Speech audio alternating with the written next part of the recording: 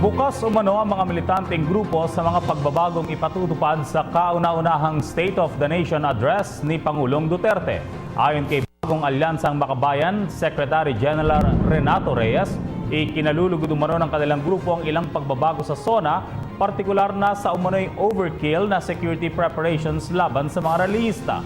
Una lang inihayag ng pulisya na tatanggalin na nila ang barikada ng mga container van na naging nakagawian na tuwing maglulunsad ng kilos protesta sa panahon ng SONA.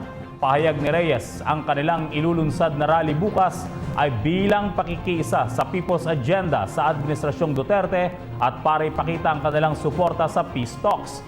Imbes na effigy, magdadala umano ang militanteng grupo sa rally ng 6 na mural na magtatampok sa kanilang mga panawagan para sa national industrialization, land reform, mga progresibong social policy, independent foreign policies, mabuting pamamahala, kapayapaan at karapatang pantao. Hi! Ako si Ria Fernandez. Mag-subscribe na sa PTV YouTube channel. I-click lang ang subscribe button.